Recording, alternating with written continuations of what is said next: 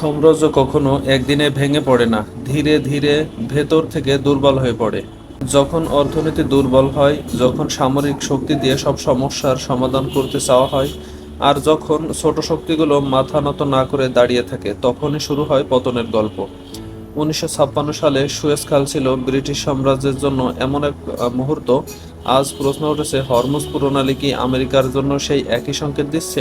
১৯৫৬ সালে মিশরের president গামাল Abdel Nasser Suez খাল জাতীয়করণের ঘোষণা দেন। এই খাল শুধু একটি বাণিজ্য পথ ছিল না, এটি ছিল ব্রিটিশ সাম্রাজ্যের প্রাণ। ইউরোপ থেকে এশিয়া, আফ্রিকার সাথে যোগাযোগ সবকিছুই নির্ভর করত এই খালের উপর। এই সিদ্ধান্ত ব্রিটেনের জন্য ছিল সরাসরি চ্যালেঞ্জ। তাই ব্রিটেন, ফ্রান্স এবং ইসরায়েল মিলে মিশরের বিরুদ্ধে সামরিক অভিযান শুরু করে। প্রথম দিকে তারা সফল হয়, কিন্তু যুদ্ধের ফল নির্ধারণ হয়নি যুদ্ধক্ষেত্রে। এই সংকটে সবচেয়ে বড় ভূমিকা নেয় যুক্তরাষ্ট্র। মার্কিন প্রেসিডেন্ট আইজেনহাওয়ার ব্রিটেনকে স্পষ্ট বার্তা দেন, এই যুদ্ধ বন্ধ করতে হবে। কিন্তু শুধু কথায় না, আমেরিকা অর্থনৈতিক চাপ সৃষ্টি করে। পাউন্ড স্টার্লিং এর উপর আস্থা কমে যায়, আন্তর্জাতিক মুদ্রা তহবিল থেকেও চাপ আসে। ব্রিটেন তখন ঋণের ভারে ডুবেছিল, ফলে এই চাপ সহ্য করতে পারেনি। শেষ পর্যন্ত ব্রিটেনকে অপমানজনকভাবে পিছু হটতে হয়। আর এখানেই শেষ হয় ব্রিটিশ সাম্রাজ্যের আধিপত্যের বড় এক অধ্যায়। এবার আসি বর্তমান সময়ে হরমুজ প্রণালী। বিশ্বের অন্যতম গুরুত্বপূর্ণ তেল পরিবহনের পথ। বিশ্বের প্রায় 1/3 তেল এই পথ দিয়ে যায়। এখানে যদি কোনো সংঘাত তৈরি হয়, তেলের দাম বেড়ে যাবে, বিশ্ব অর্থনীতি চাপের মুখে পড়বে।